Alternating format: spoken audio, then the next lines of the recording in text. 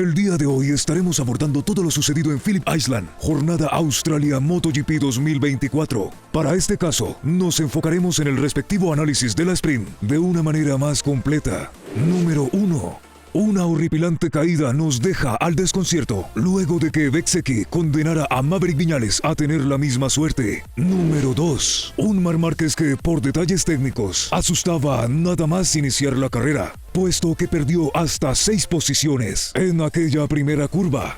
Número 3. La multitud reacciona sorprendida al ver a un Pecco Bagnaia mermado, falto de ritmo y muy dudoso. Número 4. Jorge Martín se ve imparable, pues no pierde la fe en él y en la conquista del Mundial. Esto y mucho más lo veremos aquí en Top Riders Latinoamérica.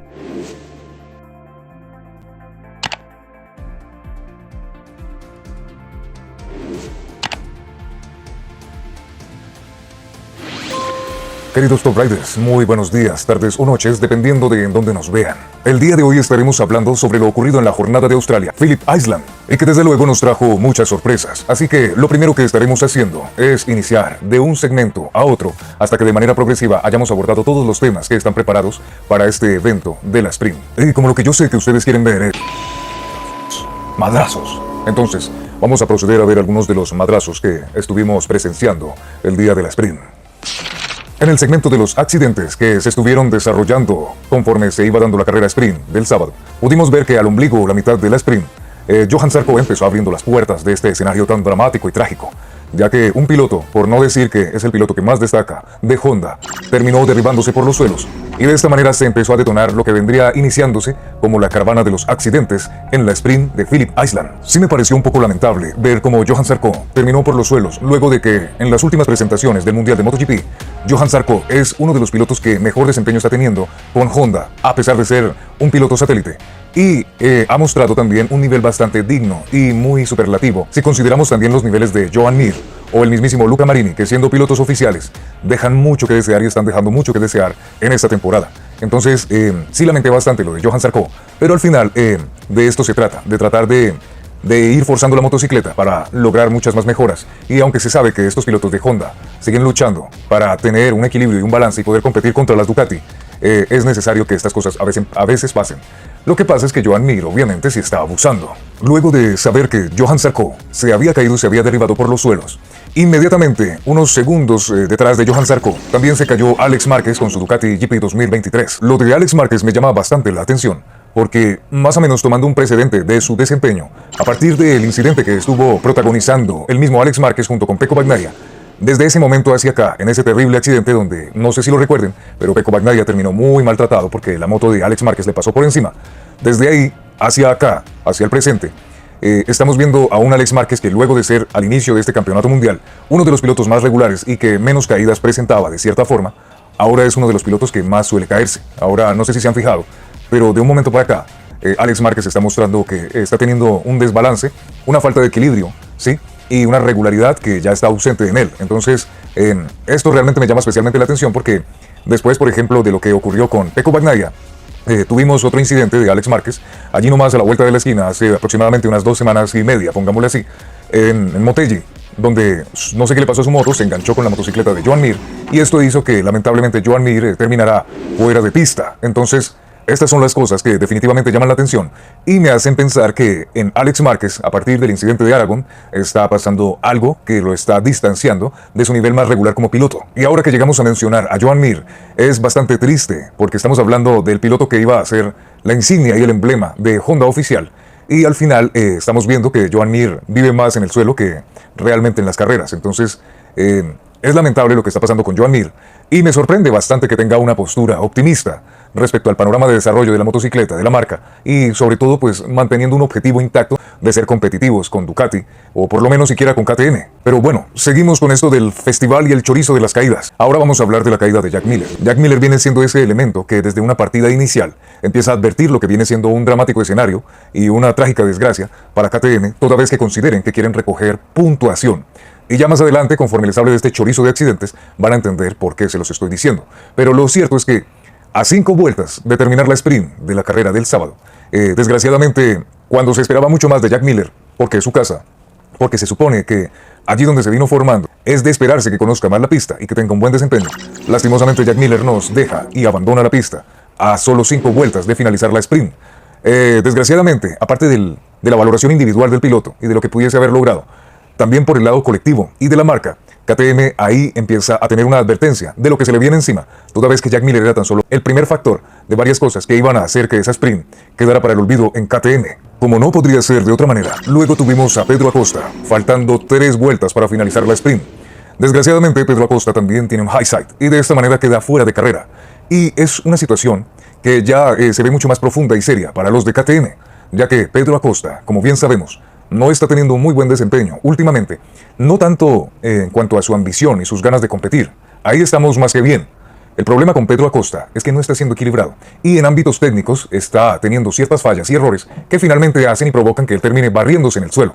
Desgraciadamente, esta vez no fue la excepción en la sprint y tuvimos a un Pedro Acosta que nada más faltar 3 vueltas para terminar la sprint, terminó derribado y desde luego advirtiendo con mucha más seriedad lo que prácticamente estaba condenando a KTM en la falta y la ausencia de sumatoria de puntos como marca. Pero luego de lo ocurrido con Pedro Acosta, entonces pasamos un momento a la escudería de Ducati, donde uno de sus pilotos, el señor Marco Bezzecchi, y sí, lo tengo que decir, algo petulante, algo incómodo, algo molesto, el señor Marco Bezzecchi terminó derribando a mi piloto favorito, a Maverick Viñales, donde se sabía que Maverick Viñales ha estado luchando, ha tenido dificultades en las últimas presentaciones con Aprilia, y de verdad que están luchando más con la moto que ni con los competidores que tienen enfrente. Y esta vez que se veía un destello de lucidez, de regularidad, de estabilidad y balance por parte de Maverick Viñales, finalmente Marco Bezzecchi terminó cortando ese buen ritmo que estaba teniendo por unos momentos Maverick Viñales. Y es que si tuviéramos la sesión de los Fatalities, desde luego,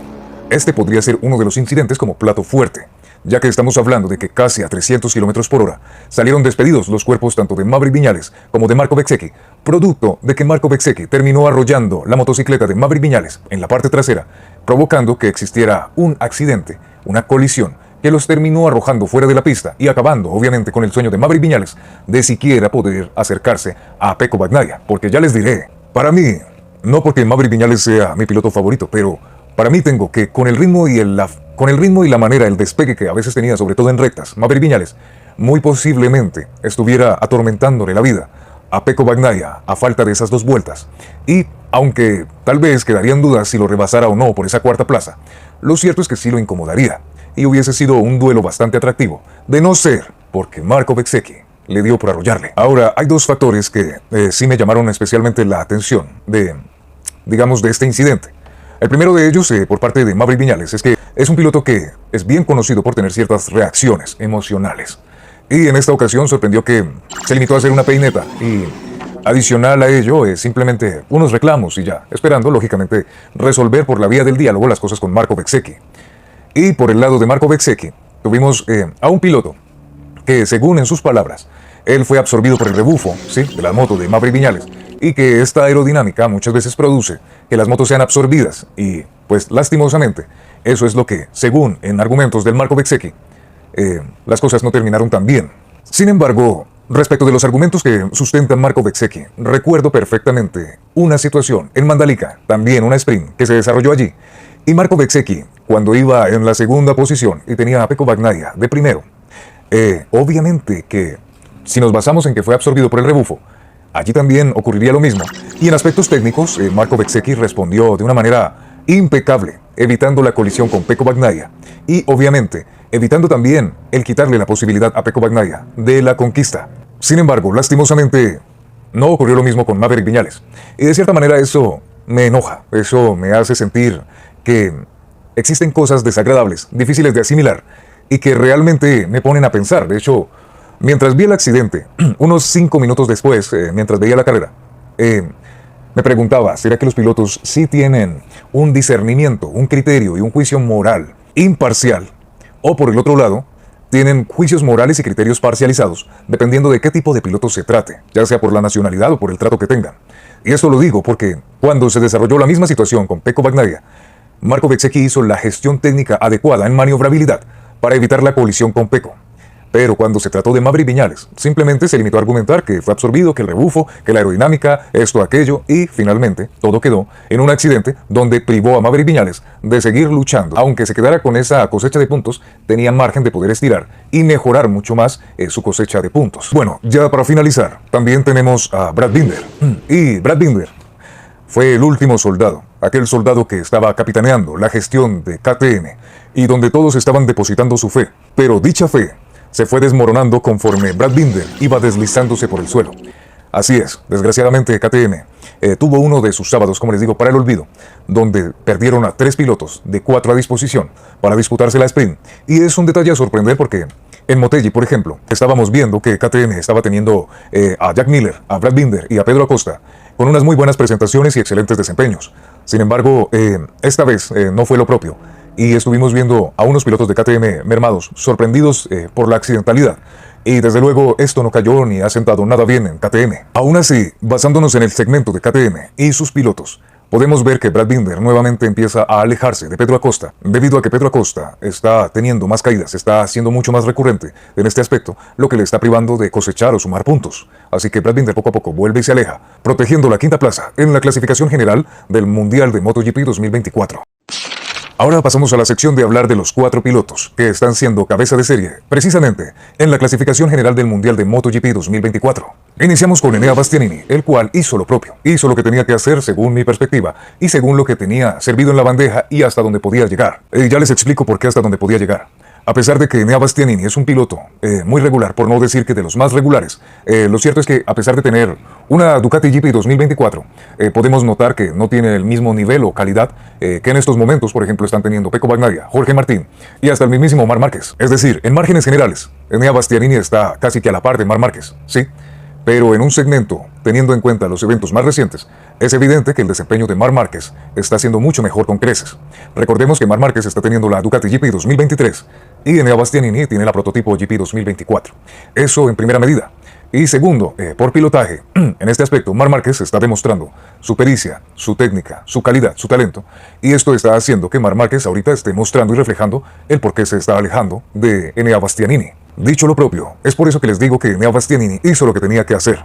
Básicamente porque, si recordamos, Enea Bastianini tuvo un duelo con Marco Bezzecchi antes de que Marco Bezzecchi colisionara con Maverick Viñales, también con Franco Morbidelli y Brad Binder, pero adicional, no se detuvo ahí y trató de hacer lo que tenía que hacer. De hecho, lo logró. Y logró lo que él se objetivizó, ser competitivo, sin importar que tuviera que pasarse o rebasar a Pecco Bagnaia, su compañero. Pecco Bagnaia estaba algo dubitativo, y entonces Enea Bastianini aprovecha en una curva para rebasarle. De esta manera demostró Enea Bastianini que tenía toda la intención de luchar hasta donde pudiese. El asunto aquí es que si teníamos presente a Jorge Martín, a prácticamente faltar 3 vueltas, 2 vueltas, Jorge Martín ya estaba teniendo una ventaja estirada de aproximadamente 3 segundos y medio. Y por otro lado, Marc Márquez, aunque en teoría estaba más cerca para Enea Bastianini, aún así le estaba llevando una ventaja de un promedio de 2 segundos con 2 o de 2 segundos y medio. Entonces realmente era una ventaja considerable y Enea Bastianini no pudo lograr acercarse mucho más para tratar de luchar contra Marc Márquez. Así las cosas, pienso que el hecho de que Enea Bastianini por lo menos hubiese asegurado el podio y estar en esa tercera plaza fue mucho el mérito. Así que, por lo pronto, me limitaré a reconocer que Enea Bastianini hizo una buena gestión, por lo menos mucho mejor que la de Pecco Bagnaia en la sprint, y de esta manera cerró un capítulo para tratar de seguir cosechando puntos y no estar muy lejos de Marc Márquez. De hecho, hasta ese momento, Marc Márquez y Enea Bastianini estarían técnicamente empatados. Ahora pasaremos a Marc Márquez. Lo de Marc Márquez es especialmente atractivo, ¿por qué? Porque Marc Márquez me recuerda mucho a un personaje de la serie ficticia del Mortal Kombat, donde existe en este universo de la fantasía de los videojuegos de lucha, un tal Johnny Cage. Y Marc Márquez me recuerda mucho a este Johnny Cage. Pero ¿quién es Johnny Cage? Es un personaje que es muy canchero, es un personaje que le gusta ser idolatrado, admirado. Es un personaje que le gusta siempre manejar esa escena del heroísmo al mejor estilo de Hollywood. Y básicamente Marc Márquez me recuerda mucho esto. ¿Por qué lo digo? Y me causa mucha gracia. Porque veía yo en la clasificación de la pole position que Marc Márquez tenía la segunda plaza, ¿sí? Y era una posibilidad de tener de sus mejores inicios para tratar de hacer precisamente lo que Jorge Martín se hizo, ir alejándose de la fila de pilotos que estaban detrás de él. Y finalmente no, fue como, ¿sabes qué? Al final yo conozco esta pista, tengo buenos desempeños y voy a preferir estar en la primera curva, perdiendo aproximadamente 6 posiciones, y de ahí en adelante voy a empezar mi remontada histórica. Y es que así fue. Marc Márquez empezó uno por uno a comerse a todos los pilotos que iba teniendo enfrente, empezando por Franco Morbidelli, posteriormente Maverick Viñales, enseguida Brad Binder, después Enea Bastianini, Marco Bezzecchi, Pecco Bagnaia, y así sucesivamente. Entonces, estábamos viendo a un Marc Márquez desatado, sin necesidad, porque vuelvo a lo mismo, nada más empezar la primera curva en la sprint, y ya veíamos que Marc Márquez perdía esa cantidad de posiciones, porque o algún problema técnico tuvo a la hora de hacer la trazada, ya que le fueron pasando uno por uno en embestida, o por otro lado, simplemente fue un error de cálculo a la hora de proyectar su trazada, ¿ya? Entonces, eso fue algo bastante evidente que lo puso en aprietos, pero menos mal, al final, Marc Márquez supo defenderse, y como les digo, al mejor estilo de Hollywood, mostró ser un signo emblemático respecto de los actos heroicos para remontar y finalmente quedar en la misma posición que partió. Entonces, lo que estoy notando es que a Marc Márquez le encanta mucho generar ese drama a todos sus aficionados para mantenerlos ahí en la televisión. Se me hace mucho que es así y me causa mucha gracia, porque si lo hablamos desde un sentido estrictamente objetivo, ningún piloto quisiera estar en esa situación, ya que como pasó por ejemplo con Jorge Martín, nada más partir, inmediatamente empezó a alejarse en las 2 primeras vueltas que estaban sucediendo, casi llegando a 1 segundo de diferencia de sus demás competidores. Este es el objetivo que todo piloto quiere tener, esa es la posición cómoda donde todos quisiéramos estar. Sin embargo, está claro que Marc Márquez va contracorriente. Para él las cosas fáciles pareciera que no fueran lo atractivo. Y sin descartar lo que les decía anteriormente, hacía estragos con una GP 2023. ¿Qué hay que decir respecto de esto? Absolutamente nada. Simplemente admirar el talento, la calidad, la pericia que está demostrando el 8 veces campeón. Nada que hacer, simplemente aplaudirle y admirarle e ir aprendiendo de él para que los demás pilotos estén mucho más conservados en estrategias y ver de qué manera se pueden desarrollar cuando tengan a Marc Márquez de frente. Pasamos a Pecco Bagnaia y la verdad no hay mucho que decir de él. Prácticamente lo que le sobró en Motegi, Japón, donde tuvo una presentación excelsa, maravillosa, exquisita, perfecta. Aquí lamentablemente no fue igual. Aquí tuvimos a un Pecco Bagnaia que prácticamente estaba, como les dije antes, dubitativo, dudoso, muy nublado, ¿sí? A pesar de todo manejó la calma y trató de entender que una 4ª posición tampoco estaría mal. Si imaginamos un escenario más trágico como que se cayera, por ejemplo. Aún así, no fue de las mejores presentaciones que tuvo Pecco Bagnaia. Así que se extraña mucho el nivel de él, porque lógicamente estamos hablando de uno de los pilotos favoritos a quedarse con el Mundial de MotoGP. Y estoy más que seguro que tendrá a muchos aficionados que están apoyándolo, haciéndole fuerza para que gane el Mundial. Y finalmente, con esta presentación, los ha frustrado un poco. Y es que sí, Pecco Bagnaia se veía falto de ritmo, se veía un poco inseguro. Y de hecho, en una de las explicaciones que daba, mencionaba tener algunos problemas con las ráfagas de viento y que pese a que hicieron una serie de modificaciones y adaptaciones en la moto para no luchar contra las ráfagas de viento, adicional a ciertos inconvenientes que Pecco Bagnaia menciona sobre los neumáticos Michelin, finalmente, Pecco Bagnaia tuvo que conformarse con esa 4ª plaza, gestionándolo bien, sí, seguro, y desde luego tratando de cosechar algunos puntos para no quedar tan lejos de Jorge Martín. Y finalmente tenemos a Jorge Martín. Bueno, aquí prácticamente sí les quiero comentar algo. Personalmente, a pesar de que Pecco Bagnaia me parece un excelente piloto, muy técnico, muy completo, para mí creería que el piloto más completo de la parrilla de esta edición, por decirlo así, es bastante cierto que lo que está haciendo Jorge Martín debería ser premiado. Prácticamente desde hace muchos años atrás, es claro y evidente que un piloto satélite no se ha coronado como campeón mundial del MotoGP o el motociclismo en su máxima categoría. Por ejemplo, si tenemos en cuenta la categoría GP, MotoGP, no ha existido ningún piloto, siendo satélite, que haya conseguido esa hazaña. Y de hecho, tanto Jorge Martín como Gino Borzoi le apuestan mucho a eso, a que Jorge Martín, en el equipo de Prima Pramac, pueda lograr conquistar ese título siendo un piloto satélite, logrando hacer historia por ser el primer piloto en la categoría de MotoGP, siendo satélite que conquiste ese mundial. Y pues es algo que personalmente sí sería muy alentador por el hecho de que tener este tipo de episodios dentro de la historia de este maravilloso deporte sería algo impactante, algo hermoso, ¿no? Para memorar. Y sobre todo porque Jorge Martín ya tendrá que despedirse de Ducati y pasar a las filas de Aprilia. Entonces, por eso y mucho más, sí me encantaría que Jorge Martín pudiese conquistar. Obviamente que si al final ganase Pecco Bagnaia, no habría ningún problema. Pero, desde luego, sí me gustaría que Jorge Martín tuviese esa oportunidad de despedirse de la escudería de Ducati por la puerta grande, quedándose con este mundial, con el prestigio de haber conquistado. Y desde luego, pues, más allá de lo que se diga, ¿no? Lógicamente, de su actitud, de su ego y demás, no hay que negar que de todas maneras es un ser humano que hará esto porque naturalmente quiere sentirse mejor que los demás. Y obviamente que el que él tenga ese ego es producto también de tener a su lado pilotos extremadamente competitivos, muy buenos. Pecco Bagnaia, Marc Márquez, Maverick Viñales, Brad Binder, Marco Bezzecchi de cierta manera. Y así sucesivamente, pilotos de alto calibre que le pueden hacer las cosas complicadas. Y obviamente que es digno de sentirse muy bien a la hora de entender que estás por encima de ellos en desempeño y nivel, ganando ese mundial. Sin nada más que agregar, hasta aquí dejaremos este análisis y próximamente estaremos haciendo otro. Gracias y bye. El día de hoy estaremos hablando sobre la sprint de Phillips Island. Estaremos hablando sobre la... Maldita sea. Hijo de tu puta.